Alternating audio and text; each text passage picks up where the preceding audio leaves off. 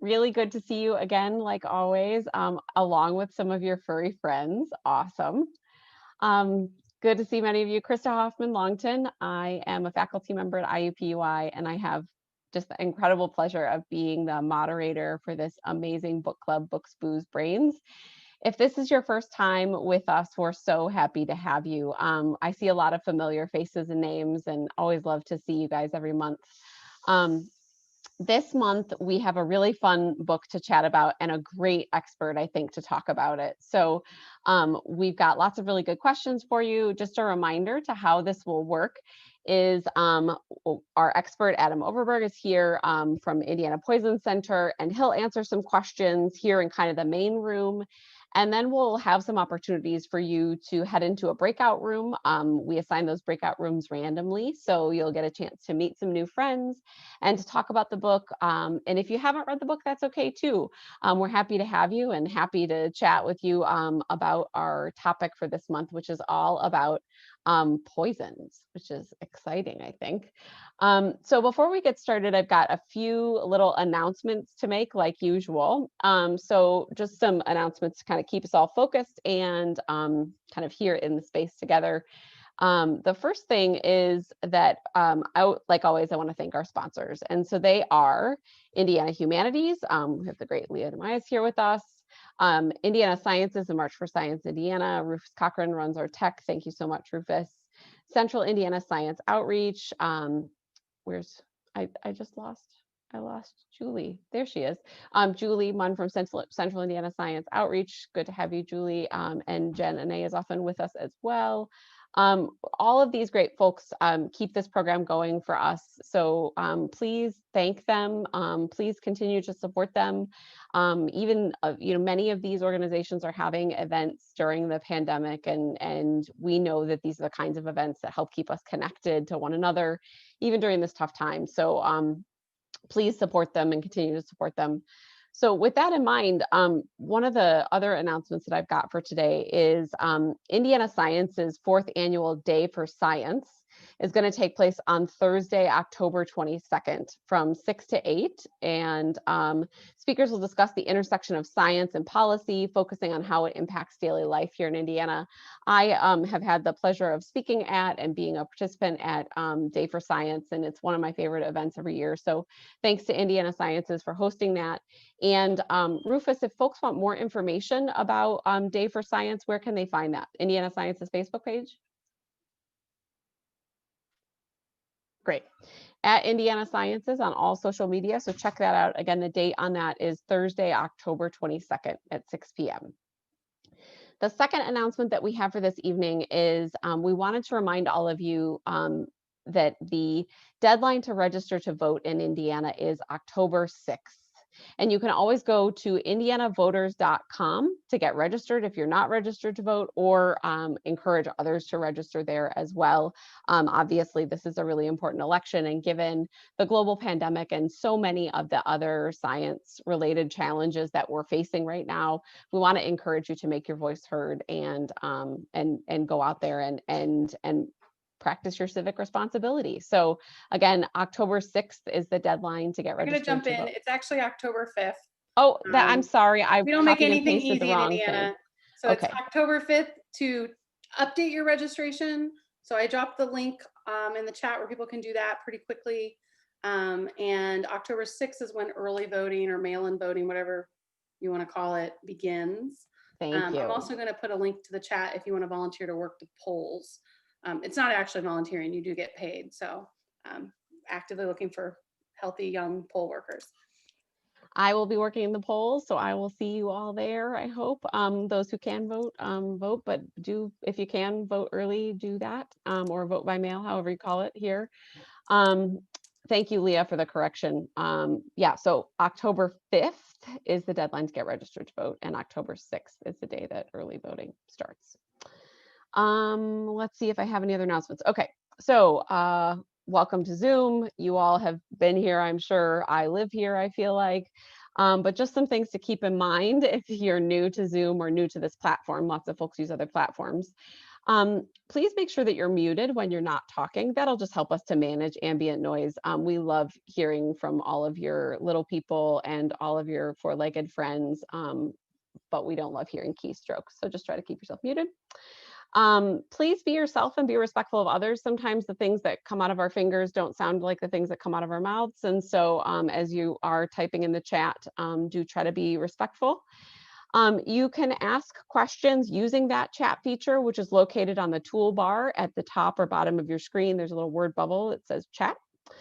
You can use the reactions feature as well on the toolbar. Those are like emojis. And so if you want to give us a thumbs up or a little round of applause or I don't know, a smiley face, you can do that. And then when you want to turn on your mic to speak, which we'll do after the turn and talk conversations, please make sure to give yourself like a half-second delay after you turn on your mic, and that'll help us limit talking over one another. Everybody's seen those memes.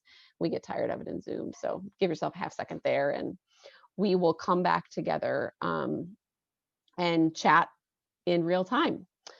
I think that's it for housekeeping. Man, that was long housekeeping today. All right, so let's get started with the fun stuff. So please join me, if you would, in welcoming the awesome Adam Overberg from Indiana Poison Center. Adam, so happy to have you with us tonight. We are really excited to kind of hear more about your background and your expertise. So I think that what we'll do maybe before we really dig into our book for the month, A is for Arsenic. I'm wondering, Adam, if you can just start by telling us a little bit more about who you are and what you do at Indiana Poison Center. Sure. Thanks for having me, everybody. I'm the managing director of the Indiana Poison Center. And what that means is I have responsibility for almost 30 staff, about 2/3 of whom are clinical. So most people, regardless of whether you've called the Poison Center or not, you may not be familiar with what exactly goes into running a poison center or who's on the other end of the line. And so the majority of those people are specially trained nurses and pharmacists. My average frontline staff has been on the job over 20 years. I have a couple who are over 35 and one who's approaching 40 years of service in the Poison Center, which is actually about how long we've been around in Indiana. There's a lot of specialized training that goes into this. We don't just have, some customer service representative on the other end of the line. For nurses, we require 3 to 5 years of either ICU or emergency department bedside experience. And pharmacists, we prefer that they have a PGY1 pharmacy residency, some postgraduate training in addition to their pharmacy degree. And once they start with us, they do 8 weeks of intensive training that covers everything from how to manage a poison patient of any sort, how to do documentation in our medical record, just general operations things. As they gain experience and confidence, they are allowed to begin solo practice. And within the first 3 years, they're required to sit for the Certified Specialist in Poison Information exam, which is a national psychometrically validated exam offered once a year. And so all of our eligible, we call them SPIs, Specialists in Poison Information, all of our eligible SPIs are certified, which is about 75% of our current staff. We have some new people. In addition to that, we have a number of other staff. So we have a full-time epidemiologist whose entire job is helping us crunch the data that comes in to figure out where our hotspots are, to help us with our research projects. She does a whole lot of things. If you've been to indianapoisoncenter.org, there's a link towards the bottom of the front page where you can pull up a Tableau display of our data going back to 2013. And so that's broken down by county, by substance, by age. You can kind of play with it however you want to play with it. And she was responsible for creating that. We have a public educator whose job it is to basically evangelize all things poisoning. So she goes out to, or did when there wasn't COVID, goes out to like community fairs and like VFW nights and things, and passes out literature and stickers and pencils and things with the 800 number on it to spread awareness of the Poison Center, and especially to new parents and parents with, or those with children at home, have an awareness because kids get into everything. Also have full-time IT support, have a grants manager. So we have a number of non-clinical people, but in the end, the people that you're talking to on the front line are nurses and pharmacists. Backing them up, they have me as the director, but I'm also a clinical toxicologist. And what that means is I went through residency training and then an advanced toxicology fellowship program. I'm also board certified as a diplomat of the American Board of Applied Toxicologists. And so functionally, we also have physician toxicologists, but any one of us can provide backup for the frontline staff answering the phones.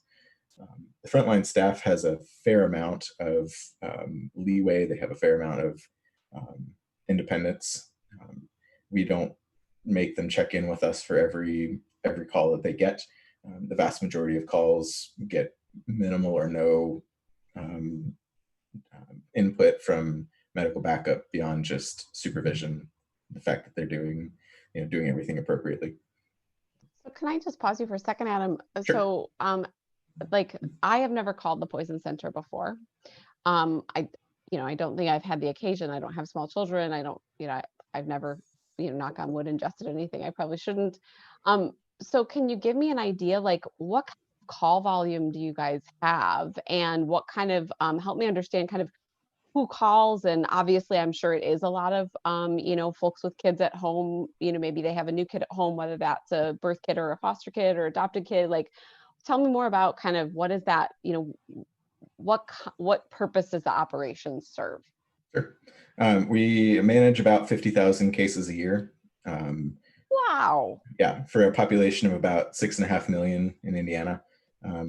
As far as poison centers So go, it's we're the state, so it's throughout the state, right? So correct. totally statewide. Okay, Yes. great. Yes, we're about middle of the road in case volume. For example, Kansas on the low end is like 20 to 25,000, and Illinois is based in Chicago, and they have about 80 to 90,000. So poison centers are kind of all over the board. We're right in the middle. About 60 to 65% of those cases are pediatric cases. I think about 40 or 50% are children under 6. And the vast majority of cases, I think over 85%, are things that we can manage at home. So typically, the average call that we get is, oh my gosh, my kid just did this, or I just took too many of this. I can't believe I mixed up my medications or something like that. So there's a fair amount of reassurance that happens. But once we get to that point, most of the calls that we get, we say, we can watch this at home. Here are some things to look for.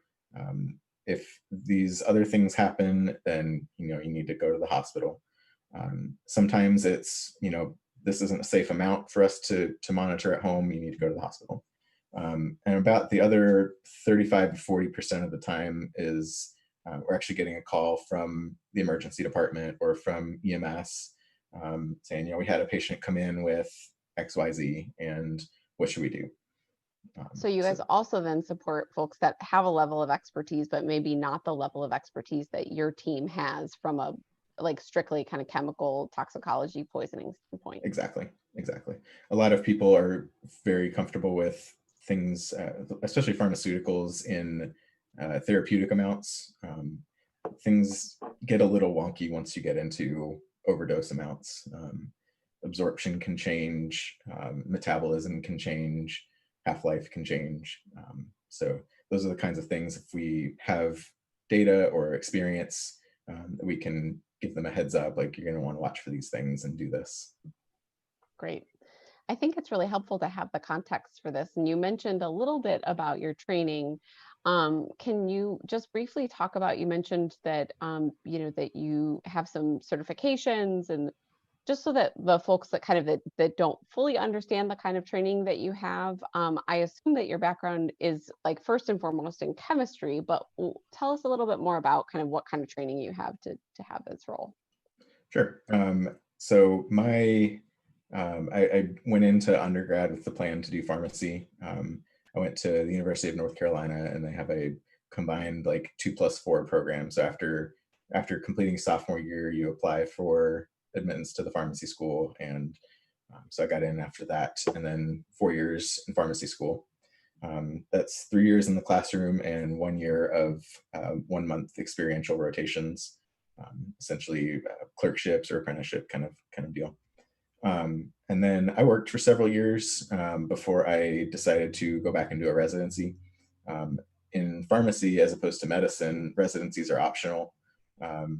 I would say about 35 to maybe 40% of pharmacy graduates seek residency training. And essentially, if you are familiar with the idea of a medical residency, very long hours, hard work, insanely busy, it's pretty much the same for pharmacy. There's a research project and 12 one-month rotations, and those can be anything from trauma ICU to general pediatrics to like an ambulatory care clinic to hospital administration, you name it. IU Health residency has about 95 different rotations, so you really can customize the experience to be what you want. So that's a first year pharmacy residency. There are a variety of PGY2 residencies that are specialized in a particular area, like pediatrics or emergency medicine or critical care. And toxicology is similar, but kind of on its own a little bit. Most toxicology programs are 2-year fellowships, and they focus on not only like having the bedside experience of caring for a poison patient, choosing the treatment plan and assessing whether this is toxicology or not, all the way to managing the phones, to learning what it takes to actually run a poison center, apply for grants, do research, precept students. So they're also very, very busy. And that's essentially what I did. Sounds like that there's like an incredible amount too of kind of educating of the public in these roles. And I think that that's one of the things that, this group being so interested in, sort of science and thinking about the role of science in public life, that I think having a sense of just how much of your work is focused on the public is helpful for this group. Mhm. Yeah, and I would say that as much or more than maybe any other specialty, there is no talks without education, whether it's the public, whether it's other healthcare providers. The famous quote from Paracelsus is poison is in everything and nothing is without poison. So there's always something new for us to learn also. And that's great for someone like me who needs something different all the time to keep it fresh. So we learn a whole bunch of neat little trivia and things that really nobody knows, and it's a lot of fun to teach those things too. Yeah, it sounds like it. Absolutely. And I think that that's what this book is really about too, right? When I really dug into this book, it seems now it was about 6 weeks ago that I started reading this one right as I finished our previous book. And I will share, and the group who read last month and this month knows that this book was a big shift from the last month's book that was really focused on sort of the narrative of the experience of animals. So one of the things that we always do as a book club is, after we hear kind of the background of our expert, is we give our participants a chance to sort of talk to one another. While that happens, we'll move all of our participants into breakout rooms. Adam, you and I will stay here, and we'll have a conversation about the same question for our live stream. So for the folks that are joining us today, get prepared to head into your breakout rooms in a few minutes. So here's your question for your first breakout. And the question is kind of a general one, because I think that one of the things I liked about A is for Arsenic is that it really starts by talking about why Agatha Christie has had such a long and storied career and sold as many books as she has. And one of the things that we know about her is just how much she loved to use poison as a sort of primary weapon in her murder mysteries, more frequently than many other mystery authors. So with that, our turn and talk question is, why do you think so many murder mystery stories include poison or poisoning in the plot? Why do so many murder mystery stories, Christie included, include poison or poisoning in the plot? And if you want to take the breakout question with you, you can take your phone and do a quick screenshot in the chat. Leah was kind enough to share it in the chat, or you can just copy and paste it and bring it with you into the chat. The chat won't follow you in the breakout room. So if you can't remember that question, you do want to take a quick picture of it. So we will go ahead and open up breakout rooms here and give you all an opportunity to talk to some new friends.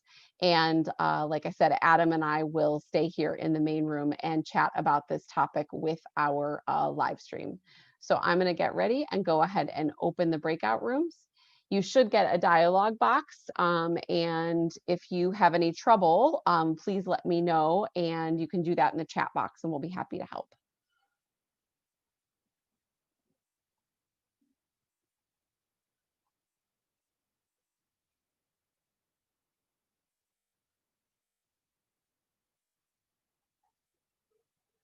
So Adam, I'm just going to get everybody into their rooms here. It'll just take me a couple of seconds, and then we can go ahead and get started on this question. I hope we have some good ideas. All right, looks like all the rooms are up and functioning. And we've just got our, let's see here. Rachel and Mary, please let me know if you have trouble accessing your rooms, and I can go ahead and try to move you in. Sometimes that little notification doesn't show up that first time.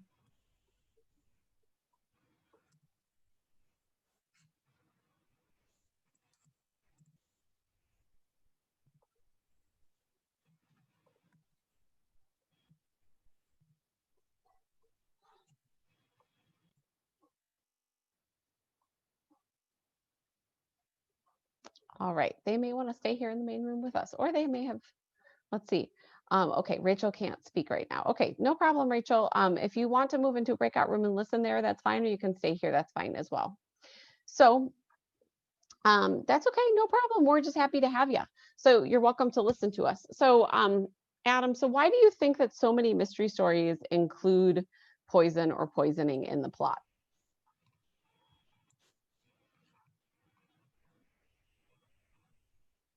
Oh, I didn't realize I was supposed to be answering these also. No, that's okay. What do you think? I think there's an air of the dramatic. I think it's foreign, it's not violent, it's sneaky, it's surreptitious. That's interesting to me, because I think as a layperson, as not a scientist, I'm not sure that I have the idea that, I mean, I guess poison is sneaky in that it doesn't necessarily have to occur at the same time as the actual, whether it's the death of a person or just trying to make a person really sick. Are there other things about it that you think make it sneaky? Well, it's not beating somebody over the head with a baseball bat. I mean, I see. So it's not like shooting them easy. with a It's not gun. easy to spot. Right. Yeah, it's subtle. Yeah. Yeah, and I mean, so I had kind of, I guess I basically answered this with the arsenic question, but yeah, I think I'll say it again then, but I think the other thing to me that jumps out about poison is that it's often like really highly personal. Like you have to have close proximity. It's not something you can you can't shoot somebody from a mile away. You have to get close to them to, sometimes even to touch them or their clothing or their food. And particularly if it's something slow acting, you have to have that access over a long period of time and to be able to, to evade notice. That's a good point. So it's not really a crime of passion, if you will, right? Because it is one of those things that somebody is plotting about it for a long time. It has to be premeditated, almost guaranteed. And so when you think about this in the context of the poison center, it sounds like the calls that you guys take, the interactions that you have are usually somebody in distress, right? It's not something that's kind of happening over a period of time. Because if it was, then the person would just go to their family physician, right? Like they would say, I'm starting to feel sick, I don't know what's happening, etc. Sometimes we do manage, a couple dozen cases a year of lead poisoning, again, which is usually in children. It's usually noticed in children because of the routine testing throughout childhood. That's part of standard state mandated screens. So that's usually our involvement over longer periods of time. Occasionally we have, the odd like arsenic poisoning or, something a little bit more exotic. We were managing a case last year of a gun range employee who developed a symptomatic lead level. But those tend to be, ours tend to be much more acute and not like not long-term kind of subtle, general malaise like ours tend to be more people who did something and freaked out or just overdosed and somebody's calling us about them. So Yeah, that makes sense. I can see how that would be sort of shape the way that you work and your approach to education differently, right? I mean, because in that acute moment, you're not going to necessarily be educating. So, you're not, you're just trying to solve the problem. It's later that education might occur. right. But so in Indiana, most of our involvement is pharmaceuticals. But if you go to like Arizona or California or New Mexico, a significant portion of your practice is also snakes and spiders and scorpions. If you go down to Florida, you might have marine animals. There's also a significant like occupational, industrial, environmental, forensic component to it.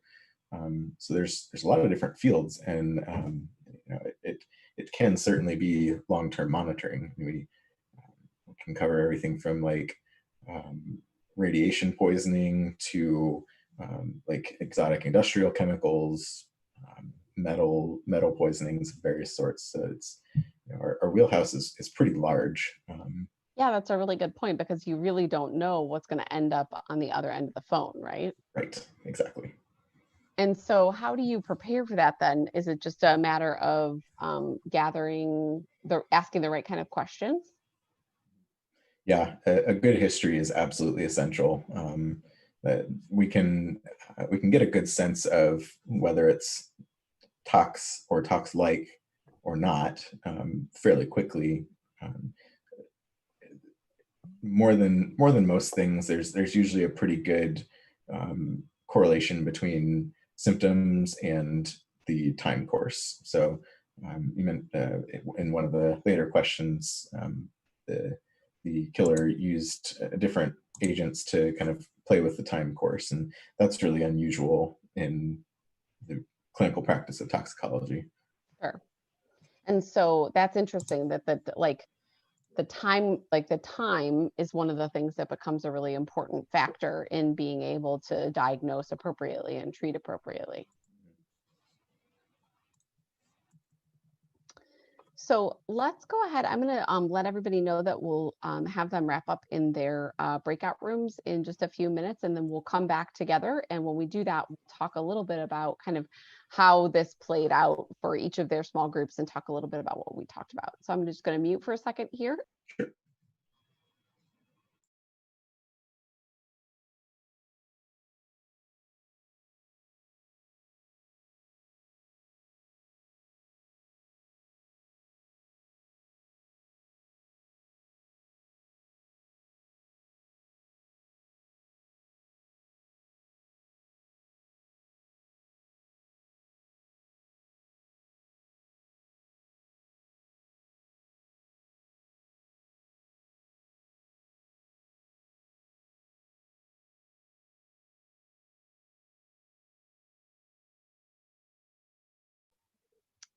All right, so we'll bring everybody back in a minute. And so it looks like you've answered Melanie's kind of trivia question there, right? This is very interesting. So there's this chemical that is found in puffer fish, but is also in all of these other animals as well. Huh. You're muted, Adam. All of whom seemingly evolved it independently. Oh, how interesting. All right, we're calling everybody back here. Welcome back, friends. Adam and I had a really good conversation about some of the kinds of calls that come into the Poison Center and how that affects his science. I'm interested to hear all of your perspectives about why so many mystery stories might potentially include poisoning. We think we have some ideas, but it would be good to hear from you as well. So I think we've got, let me double check my view here. I think we've got everybody back, almost everybody back. Looks like we're bringing back the last few here. All right. So I would love to hear from some of you first, from some of the small groups. So if you are willing, go ahead and turn on your camera and mic. And from your small group, kind of share with us, why do so many mystery stories do you think include poison or poisoning in the plot? So again, if you have a small group that you'd like to report on, our question was, why do so many mystery stories include poison or poisoning in the plot? And if you'd like to respond, just give us, you just turn on your mic and go from there. Hey, Krista, you know I'm always willing to speak up. Hi, Jen, good to see you. Hi, so we kind of talked a little bit about two things. One thing is that a poison kind of leads to the suspense of the mystery, because you're not always sure if they were poisoned, and if they were poisoned, what the poison is and how it was administered. So it kind of draws out that what's happened in the mystery. And then the other thing is that a lot of these things that are poisons are also everyday things that people can just buy. So no one's gonna, in Agatha Christie's time, no one's gonna look at you twice if you go and buy some rat poison, right? You're just getting some rat poison, or you're getting your uncle's medication or something like that. So it's also this idea that anybody can go into any little general store and they can pick up these things and turn them into something deadly. Yeah, I think that those are two really good points, and points that we briefly discussed as well. Other thoughts from other groups about why, maybe add on, so instead of repeating, add on if you have other ideas about why poison and poisoning is so common in mystery stories? So I have an idea. Go ahead, Rachel. So I love Agatha Christie. So my hypothesis is that she kind of wrote the formula for murder mysteries, and she used a lot of poison because that's what she was familiar with. And I think it's a case of maybe copycat, or like not reinventing the wheel. But I think it's because Agatha Christie started it. I think that there's some truth to that. I will share, as I was prepping for today, I listened to a few different podcasts that had interviews with our author. She has a book out that came out after this book that is about poisoning and chemistry in Shakespeare.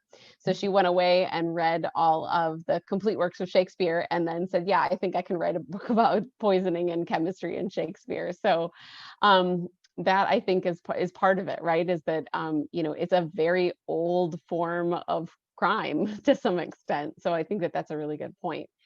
Leah mentioned in the chat that they talked, that her group talked about how many poisons can be mistaken for symptoms of something innocuous or naturally occurring, right? And we saw that, even if you think of some of you who have been with the book club for a long time may recall last year when we read The Poison Squad by Deborah Blum, right? A great book that is sort of about Harvey Washington Wiley, right? A Purdue faculty member who went to eventually work for the predecessor of the FDA.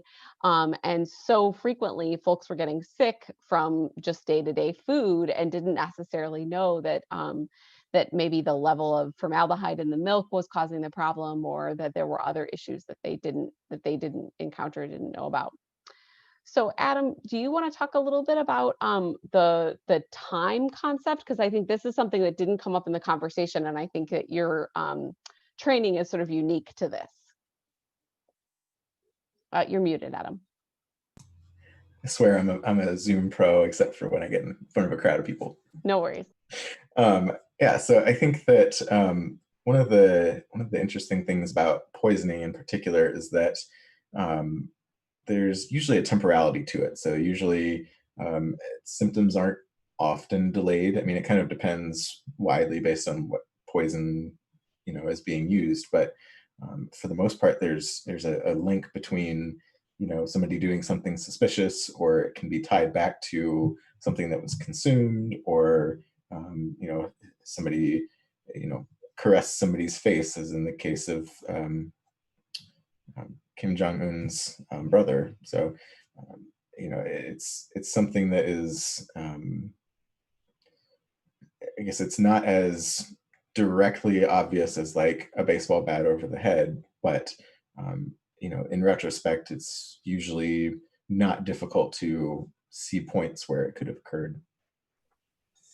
I think that that's a really good, and we've seen to that point, we've seen that in the news as well, right? That there are these places where we see poisoning occur, and we, because of that temporality piece, that is sort of what becomes the news event, right? Because you've got that sort of space in between, which means that you can't necessarily figure out exactly when the crime occurred, right? Was it the food? Was it the drink somewhere else? So was it in the airport? Was it on the airplane? Those kinds of questions all come into play, and that's sort of the role of your agency in kind of figuring that out. Yeah, I think a really good recent example of that was Sergey and Yulia Skripal, who were poisoned at their home in England by Russian agents. So in retrospect, it was easy to kind of backtrack the agents' steps. There were traces of it found all over the place. That's a really good point. Do you want to tell a little bit more about the story for folks that maybe didn't read that story in the news, or share a little bit of background on that? Sure. So to the very, very brief version is Sergey Skripal was a Russian agent who defected and was living in the UK, and Russia conspired on his life, I guess is what you would say. And they used what's called Novichok, which is a kind of a generic term for an organophosphorus compound, a class of compounds. Essentially, they are similar to some of the more potent pesticides, most of which are now banned for use in the United States, but are still commonly used around the world, especially in developing nations. But essentially what it does is, if you read the chapter on Arsenic, it works kind of the same way. It inhibits the breakdown of acetylcholine, and eventually you get a flaccid paralysis, and you get a slow heart rate, and lots of fluid in the lungs, and seizures, and ultimately death occurs, usually from respiratory failure, paralysis of the respiratory drive. So that was the agent that the Russians used had been developed, and it was a new development for the knowledge of general science community. These compounds were designed to evade detection and to be more targeted and more potent and less treatable. Yeah, so that was my next question, was like, given the sort of novel nature of this, how hard was it for, or how hard would it be, to your knowledge, for folks to be able to identify that was the particular poison? What's that process look like? Really good question. And there's an easy part to it and a hard part to it. The easy part is, when he came in, he would have looked like anyone with any kind of cholinergic poisoning. The symptoms are the same, whether it's Arsenic, which I know is physostigmine, or if it's an organophosphate like VX is a really well-known one, or sarin, or if it was just some agricultural product. So that the symptoms they're going to be the same regardless. So it would have been very easy to see this clinical picture of small pupils, seizures, lots of respiratory secretions, slow heart rate, muscle weakness, paralysis, and know what's going on and to be able to treat that. They would just load him up with tons and tons of atropine. The hard part is then identifying the compound, the substance that was used. And so because it was a novel compound, that would probably involve several steps, including something like liquid chromatography. You could probably do, what's it called? The quadruple time of flight. I don't know. I'm not well versed on the hard sciences side of things. That's not really my area, but Yeah, but it does give you an idea about just how complicated these cases Right. are, right? And they're Right. very public. So, you have a person who's sort of in the public eye, and it's, I think, I mean, I'll speak for me that when I hear these cases happen, I know that there's some level of conjecture, but given the political import of the person, to whom this has occurred, it's pretty clear that it wasn't just an accident.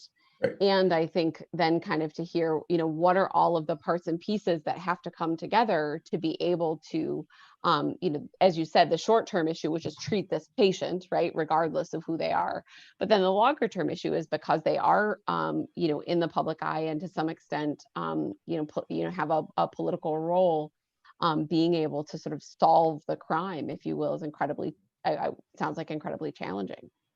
Yeah, and I think the other interesting thing to me about the Skripal case is that the police who went to search his house for clues also got sick because it was on the doorknob and it was on the teacup that he drank out of and a couple other places. So not only was it him and his daughter, but also the first responders. Wow, that's really powerful to think about. Karen put something kind of cool in the chat that sort of looks like a Bond kind of Yeah. situation. So if you've not seen that, so the Markov case, where rice and pellet was fired into his leg using a modified umbrella. And I think that that's a really good point, kind of, as we think about why is poison or poisoning such an important part of mystery novels, or in this case, spy novels, right? Is this question about temporality? And then to your point about this example, also that symptoms can sometimes lead you in the wrong direction. Makes for very good mystery stories. And, certainly you never want it to be a real story, but that was one of the things that I enjoyed about this book, was how frequently it was that Christy sort of took her experiences, working in her, working as a pharmacy assistant or reading in textbooks, and turned them into really creative mystery novels. So I want to switch gears for a minute and talk very specifically about arsenic, because it was one of my favorite chapters of the book. And so the question that I asked Adam in preparation for today was to talk a little bit about why arsenic is such a well-known poison, and why it is a specific favorite in mystery novels. I read a fair number of mystery novels, and I'm kind of surprised at how frequently arsenic shows up.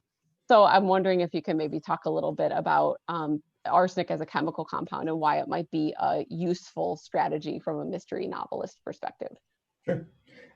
So I did a fair amount of thinking about this, and I guess from my perspective, I think it's because it's such an archetype of what you think about when you think of the word poison, or the concept of poisoning with the intent to commit murder.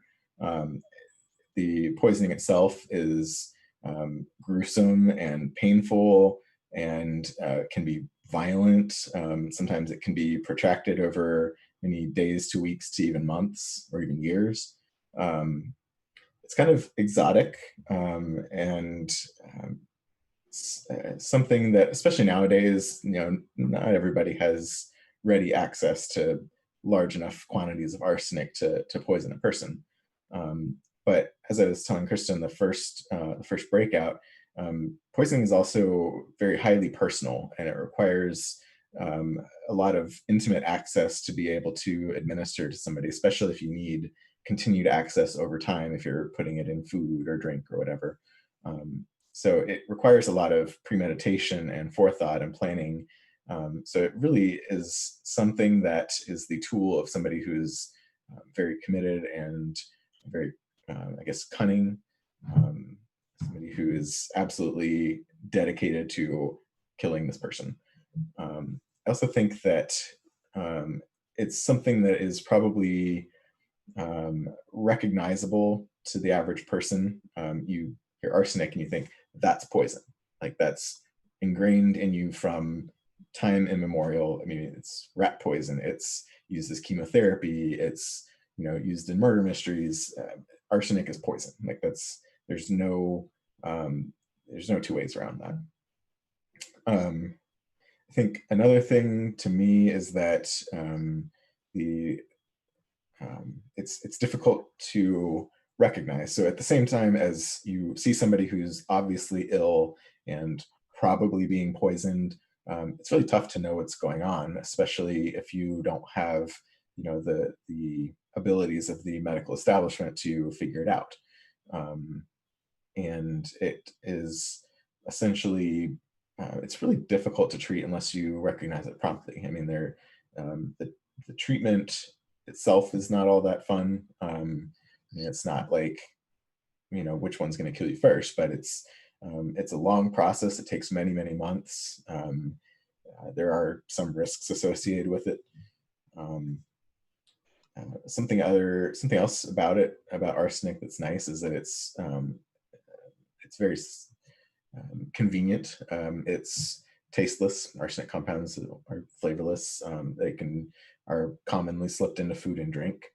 And then I think the last element to me that lends itself to the popularity is it's a self-fulfilling prophecy. So there were early and high-profile cases throughout history, and so people have known, even the least science-inclined person has known for centuries that arsenic is poison. And they see these high-profile cases and they say, wow, that really worked for that person. I've got somebody that I need to go away, and let me go get some arsenic. So the big cases get the notoriety.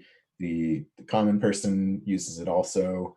And once the common person murder comes to light, that gets a lot of press as well. That's a big dramatic thing, husband poisons wife or wife poisons husband or whatever. And I think that just perpetuates that notoriety. Yeah, that's a great point, that there's a sort of chicken or egg kind of situation, right? It's something that we've known for many years as because of how it's been kind of developed in fictional literature, and then it the reputation of it precedes itself, if you will. So let's go ahead and do another turn and talk question and give everybody a chance to kind of connect. I've got another general question here. In part, this book, one of the things I found kind of simultaneously interesting and also challenging is that the structure of this book is different than many of the other books we read, right? Each chapter is its own little individual story rather than having kind of a long arc of a story. So part of what I was thinking about as I was writing questions is that I wanted to make sure we had questions that everyone could answer that weren't too terribly specific, and that was a challenge this time. So I'm wondering if in your small groups, if you would talk about which poison was your favorite of the book and why. So as you head into your breakout rooms, kind of think about the stories associated with Agatha Christie. Obviously the author also mentioned a number of other real cases and other fictional cases. So knowing that that's the case, which poison of the book was your favorite and why? And we'll go ahead and send you back into the same breakout rooms and give you about 5 or 6 minutes to talk about that. And I'll talk about that with Adam, and then we'll come back together and talk about it as a whole group. So I'm going to go ahead and open those breakout rooms again. And if you have any trouble, please just let me know.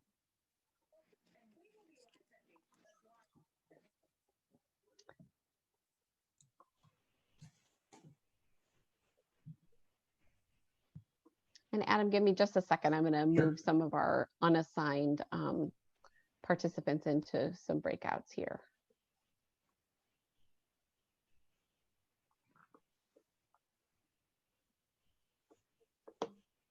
Thanks, Rachel. We're happy to have you hang out with us. No worries. And for others that are in the main room here, if you would like to move into your breakout room, you're welcome. Or if you would like to hang out in the main room, that is of course fine as well. All right, so Adam, do you have a favorite poison? I don't, and I'm laughing because I just saw my best man pop into the chat. No, I was actually going to turn the question on you because I'm fascinated by all of these for different reasons, but I want to hear what your favorite was. Like, what kind of struck you as novel or interesting? Yeah, so I loved the cyanide chapter. I think in part because it I felt like it was one that was a poison that I knew, right? But it didn't necessarily know how frequently Christie used it or how frequently it was used in other mystery stories, and how widely available it was. Like, it just seemed like everyone had access to cyanide, which seems kind of crazy to me. But I really enjoyed kind of hearing her talk about the arc of how cyanide as a chemical kind of developed over time, and how that shaped the way that Christie was able to use it in her books. For sure. And Yeah. so like one of the questions that I have like is, can you still get it? You can still get it. It is useful in a variety of like research, like in chem labs use it for a lot of different things. It's useful in industrial processes. The other thing that you can widely get, and the author kind of mentioned it, is in the various like stone fruit pits. So peach pits, cherry pits, apple seeds, that kind of thing. I mean, those are obviously readily available. Sure. And in a But quantity you that have to can be eat a lethal. ton of them, right? Like a lot. You do, yeah. Okay. A fair amount, But that but said, you could, I mean, it wouldn't be that hard to collect like a bushel of apple seeds, right? I mean, over right, time, that would be relatively easy to collect. So right. And you can like blend it up into a smoothie and drink a Sure. cyanide smoothie, something like that. So Cyanide smoothie. yeah. So Rachel has an interesting question that she chatted, maybe just to me. So I'm going to ask it of you while we're kind of waiting for everybody. Sure. She has been watching Roman Empire and the Tudors on Netflix, and she's talking about like how ancient, like in ancient times, were there particular poisons that were kind of more used then You're in breaking up. comparison to what's, Froze. sorry. I'll wait there. Can you hear me now, Adam? I'm going to stop my video for a second so you can hear me. Okay. So can you hear me now? Usually that helps. Yeah, okay. We're good. So Rachel wanted to know kind of which poisons were kind of preferences of the ancients at the time, and why might that be the case? That's a good question. And I would think it'd be the stuff that's naturally occurring, right? Yeah, Like that's yeah. sort of the same kind of question about cyanide, that, the things that are naturally occurring, but in huge quantities or in, sort of different strategies, can make you really sick. Right. And I think to a large degree, it would be very regionally dependent also. I mean, That's a really good point too. Yeah, I didn't think about that, but like part of it is just about what you can get your hands on. Right. Yeah. And so when you think about kind of your work, what do you see most frequently at the Poison Center? Because I didn't look at the Tableau dashboard, but now I'm super excited to look at. Far and away, our most common exposures are analgesics, so Tylenol, ibuprofen, aspirin, things like that. And then pretty consistently, the next category is usually like cosmetic and personal care products. Oh, sure. I didn't think about cleaning that. products. Yeah. And so there's a fair amount of things that are potentially pretty harmful. Essential oils are usually fairly benign, but like the really concentrated, undiluted kind can be a little bit irritating. I mean, you've got acetone as nail polish remover, and not terribly toxic, not going to be fatal, but certainly not going to be a pleasant experience, though. Sure, right. And a lot of things are relevant to children. Again, I mean, that's what we spend a lot of our time doing, but the rules are different for kids. They don't have as much bounce back ability. There's not as much physiologic reserve. They're more likely to be exposed to larger amounts based on their body weight. They might have immature enzymes and physiologic processes that are normally used to clear toxins, so they may build them up. That's interesting. So it's not really just that they're smaller. Like, it's not just that kids are smaller, but that there's a bunch of other kind of chemical processes that come along with that make it hard for children to bounce back. Exactly. Yeah, it's very interesting. I hadn't thought about it in that way. I'm going to give everybody a warning, and then maybe that's what we'll talk about with the group. I'm going to give everybody a warning. Made it sound like I was handing out punishments. I'm going to give everybody a warning that we're going to bring them back in a minute. Right.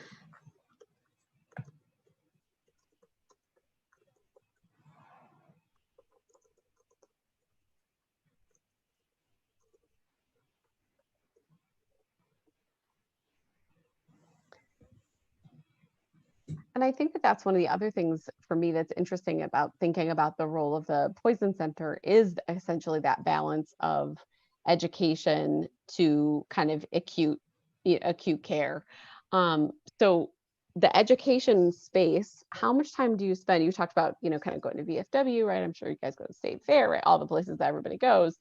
How much time do you spend education with a focus on kids versus education with a focus on adults?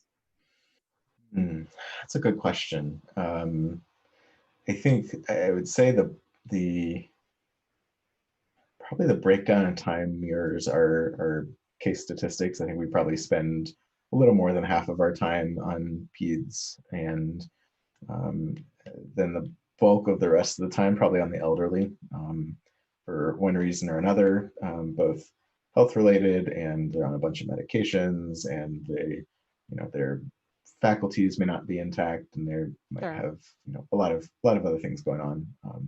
So we target them a lot too. I think our most under targeted group is probably college students. All kinds of things that college students could run across, and I never would have thought of calling Poison Center. I don't even know if I knew it existed in college. That's a really good point. And, like you said, certainly not without risk for running into trouble there. All right, so it looks like we've got almost everybody back. I'll wait just a few more seconds to get that last group here in the room. Welcome back, everybody. Good to see you. So as a reminder, our turn and talk question for this breakout was, which was your favorite poison described in the book and why? And Adam asked me if I would answer that question, which doesn't happen very often at Books, Booze, and Brains. Put in the hot seat. I like it. I chose cyanide as my favorite, in part because it is just so well known and so well known as a poison. And I really enjoyed the idea that it was just widely available in kind of Agatha Christie's age. So Adam, I don't know if you want to talk a little bit about one of the things that we talked about was we were talking about just kind of poisoning in general and what was widely available, was the idea that for you in your work and the work of the Poison Center, that your pediatric patients have a really specific level of care that is required, that is not just about kids are smaller and so they have different needs. Do you want to talk a little bit about how you treat kids differently than you treat adults? Sure. So as you said, some of the poisoning threat to children is that it's just a smaller body mass, and so the relative dose is a lot higher. But children are also physiologically still developing. So enzymatic processes or metabolic processes may not be fully mature yet, depending on how old the kiddo is. They may not be able to clear a particular poison effectively. They may develop a different metabolite. They may not have the physiologic reserve. So something that especially babies are particularly prone to is low blood sugar.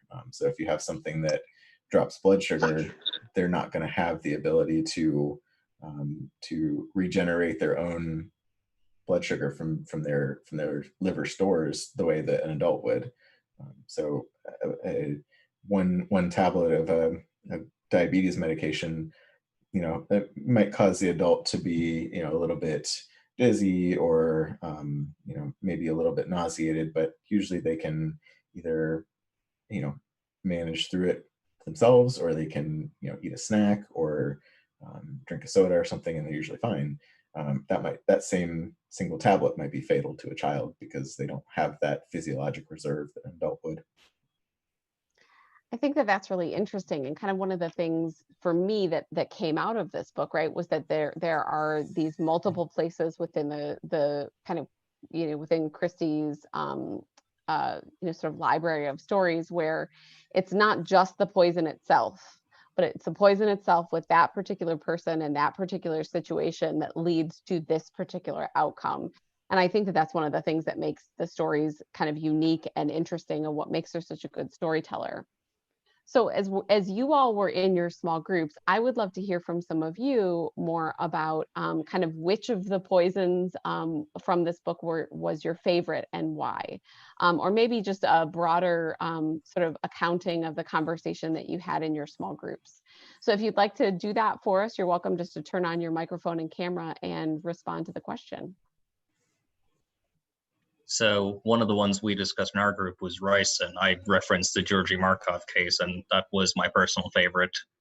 But the other one that we discussed that I really liked, that I'd forgotten about, was cyanide, because of just the sheer prevalence in things even today that cyanide is present in, and how we don't even realize that some of these toxic compounds were or still are in everyday household materials.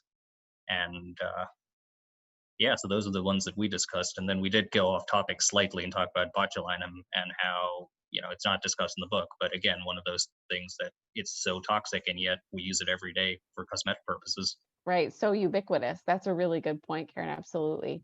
So, and I think that that's kind of an important part of this book, right, is thinking about where are the places where so many of these chemicals are widely available for whatever reason, right? That was one of the things that we were talking about related to cyanide, which was my favorite chapter of the book. And Adam was saying that it's still, I think of cyanide as something that you would not have laying around. It doesn't sound like you do have it laying around, but it is still to some extent available. You said in like laboratories and those kinds of things. Is that right?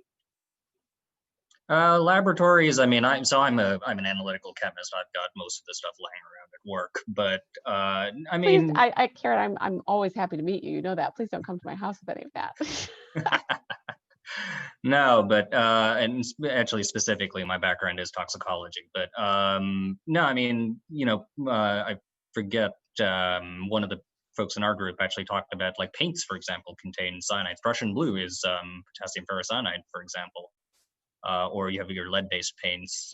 Some common household products still have cyanide or cyano compounds in them, so it's still there. That's a great point. Absolutely. There's a really fun conversation happening in the chat about Mr. Yuck stickers for those of you who are Gen Xers, like some of us who grew up with Mr. Yuck stickers on our telephones in the kitchen. So we'll let that, I think I'll just let that sit in the chat. Adam, do you want to add it? I think there's an interesting science communication outcome of the Mr. Yuck sticker that I didn't know about. So you might want to just talk about that briefly. Sure. So it's just what I put in the chat is that it turns out that putting something brightly colored and fun shaped on a poison makes kids more interested in that, and it's not actually a deterrent. So for those of you who maybe are not of the era, the rest of us, there were these very ubiquitous Mr. Yuck stickers that were just sort of a circle, very brightly colored, like fluorescent colored stickers that had the telephone number for the poison center on them, that showed up on both kind of chemicals in your house, and also, at least at my house, it was stuck to the kitchen phone, as I think it was when you still had a kitchen phone, right? Any other group like to just sort of tell their story about one of their favorite chemicals that was discussed in their small group?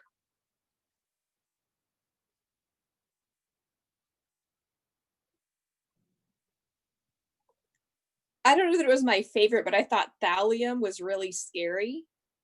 It was talking about how your body, since it's similar to potassium, your body will try to take it and use it. And one of the problems is it needs potassium for ATP.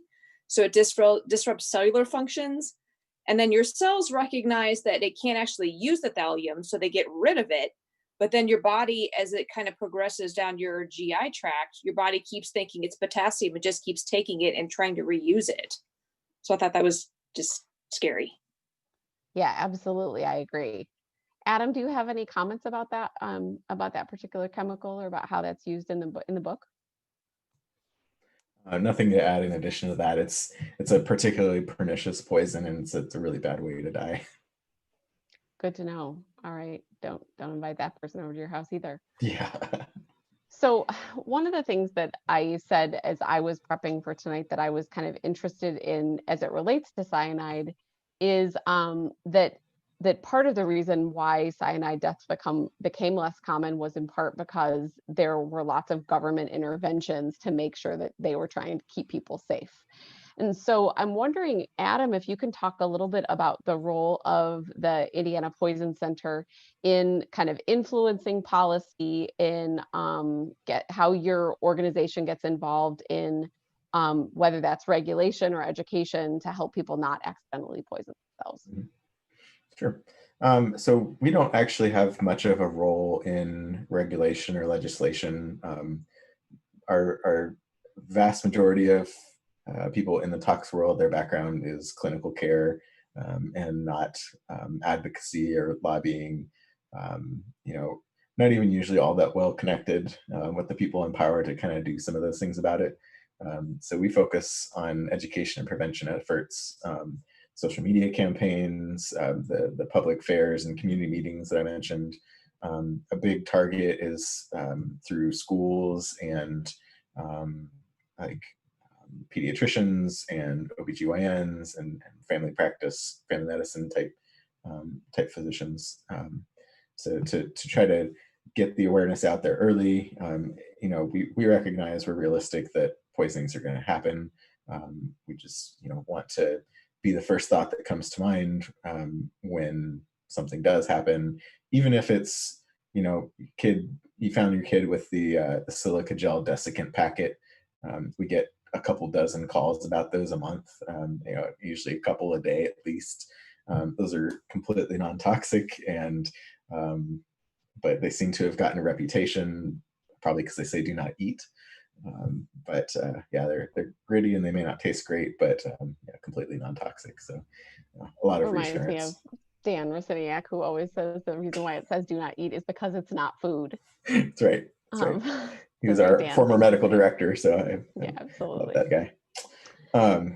And so I guess if I can talk a little bit about regulation of poisons in general. Yeah, that would be great. It tends to be, unfortunately, a reaction to a tragic event, mass poisoning, or an industrial accident or something. Some of the most well-known are like the Union Carbide accident, sulfanilamide disaster, thalidomide, diethylene glycol, dioxin, DDT. So all things that were in commercial use, and either the toxicity wasn't recognized or the warnings were ignored until it was too late, and massive morbidity and mortality happened as a result. The other kind of unfortunate thing is that poisoning tends to be pretty closely tied to the haves and the have-nots. And I consider that both economically and geographically. Consider for a second, where are the active and unremediated Superfund sites? They're not in rich neighborhoods. They're not in my backyard. They're not in, they're in the poor and downtrodden and politically unheard neighborhoods. Think where the arsenic and lead contamination is: Bangladesh, Flint, Michigan, places that you could be forgiven for not thinking about in your day-to-day life, but it's affecting vast numbers of people, and in both cases they are still unremediated and untreated. Think about where the chemical processing plants are, like the petroleum refineries and chemical plants. They're in the deep south. They're in the poor areas. They might be in somebody's backyard, and if some black kids develop a higher rate of asthma, who's really going to notice or care except for the people in that community. Things that are more common in the developing world, like paraquat is a herbicide and defoliant. It's incredibly toxic to humans. It's one of those that if you ingest enough of it, pretty much all you can do is make the person comfortable, because there's no recovery from that. Methanol being a contaminant in alcohol. If you look up list of methanol poisonings, like outbreaks on Wikipedia, I swear to you, there is at least one and usually two or more events every year just on Wikipedia in various places around the world, from either contamination of drinking alcohol, either intentionally trying to stretch the product and make more of it for less money, or inadvertent through poor distillation practices. But that's something that hits everywhere, and it happens every year, and it still happens. Organophosphates, still widely used in the developing world. Something that I make a point to teach my rotators, or I kind of a bit of, I don't know, kind of gruesome trivia, is that farmers particularly in Southeast Asia, they will buy more pesticide than they need, about 10% more than they need. And if the harvest doesn't go well, that 10% is held back in reserve to commit suicide, because if the harvest doesn't go well, there's no way back for them. Their life is over. So yeah, it's as with many things in our society, it follows socioeconomic status, who has the voice, who has the money. And that's something we definitely also see through the Poison Center. The population, the people who have access to a strong family unit or good schools or higher education, they're probably not going to be in houses that still have lead paint, or they're probably going to have functioning carbon monoxide detectors. That there's a whole host of things, but it really, in a lot of cases, comes down to money and education and convenience and power. I appreciate your sharing that story, Adam, and I think that that's really important, right? When we think about all of the ways that we can advocate for causes that matter to us, and particularly advocate, as you said, for folks that might be otherwise marginalized in our communities, is to think about sort of the structural ways, right? How is the Indiana Poison Center involved in making policy or laws to be able to protect people, when we know that one of the things that is powerful and important is this kind of education, whether that's doing these talks or being at the state fair, or having access to schools and access to kids, that those things also matter and are an important part of kind of changing the trajectory. So thank you for sharing that. So I'm looking at the time, and we've got about 10 minutes left. So I wanted to open up the floor for questions for Adam, or just comments in general about the book this month, and your thoughts associated with it, or its relationship to the Poison Center. So if you have a question for Adam, usually the easiest option is just to turn on your microphone, and I'll call on you, and then you can ask Adam his question. Or if you'd prefer, you're welcome to put it in the chat and I'll read it aloud. So if you have questions for Adam, now is the time. Are you seeing any upswing in nicotine poisoning from the vaping cartridges? Good question. The question was, are we seeing an uptick in vaping poisonings from nicotine? The answer is yes, and not only from people who are using them as they're intended to be used. It's a huge epidemic particularly in high schools and even down into middle school. But a kind of a hidden poisoning is for people who create their own vape juices. You can buy very highly concentrated nicotine solutions, and similar to essential oils, the idea is to dilute them down to a less concentrated version before you put it in the vape device and actually use it. I can think of a case offhand where there was a concentrated vape solution that I think it was mom put in the fridge and grandma didn't know what it was. It was in an unlabeled container. She thought it was juice, and so she gave it to the kid, and the kid got poisoned. So those kinds of things do happen, and we do get a fair number of cases related to that. Thanks for the question. What a terrible story. But I think also, like you said, it's about the education piece more than anything else. That's really powerful. Child was fine. They were fine. Thank you. That's very good to hear. Other question from the group?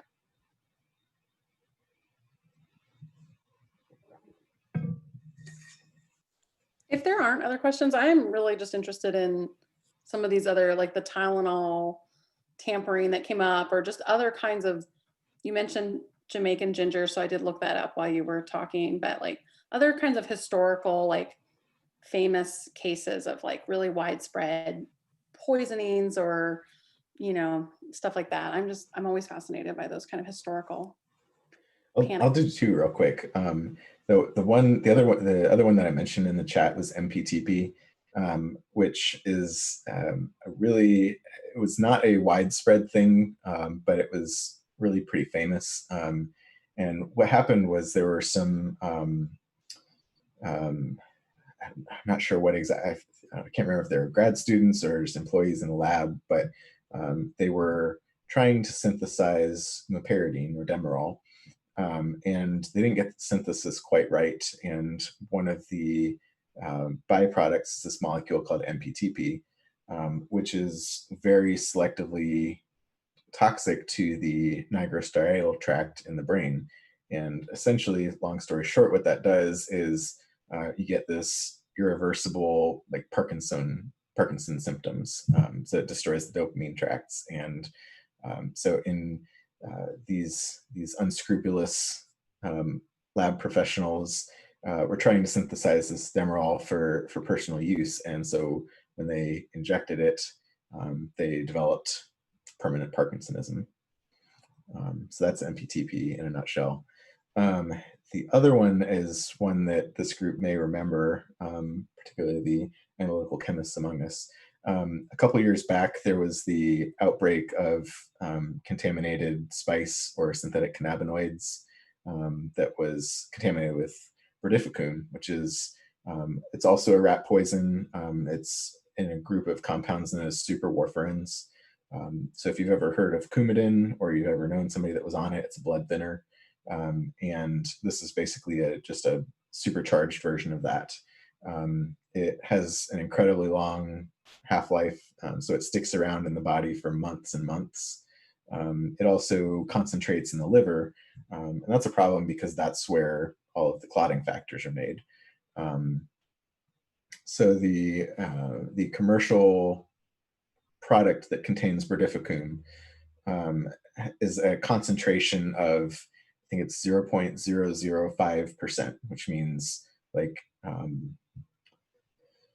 let's see, it's 5 milligrams per 100 grams of product. So it's really a very small amount, which is fine if you're using it for rats. What we found in the samples of contaminated spice that we tested was that they were at concentrations between 1 and 2%. So they were thousands of times higher than the rat bait.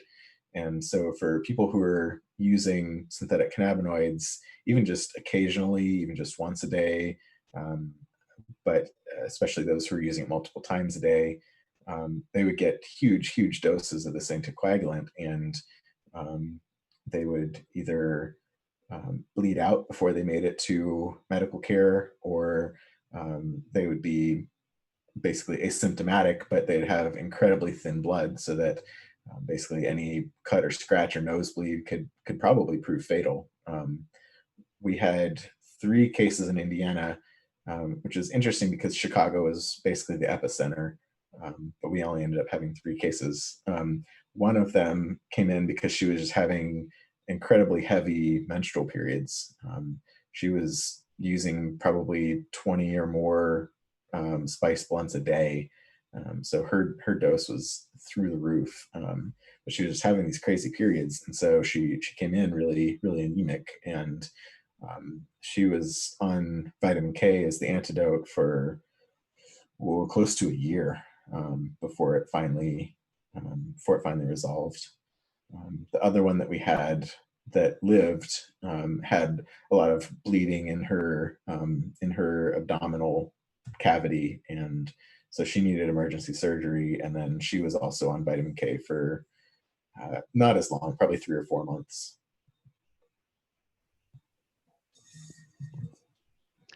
Really powerful stories. Thank you. And thanks, Leah, for that great question. I think that you're right, that we hear some of these cases that are so ubiquitous in the news, and getting a sense of kind of how they fit into the public understanding of science, how they fit into, the experiences that we have in our homes. So we have time for maybe one more question before we wrap up tonight. If you have a question for Adam, you're welcome to turn on your mic and camera.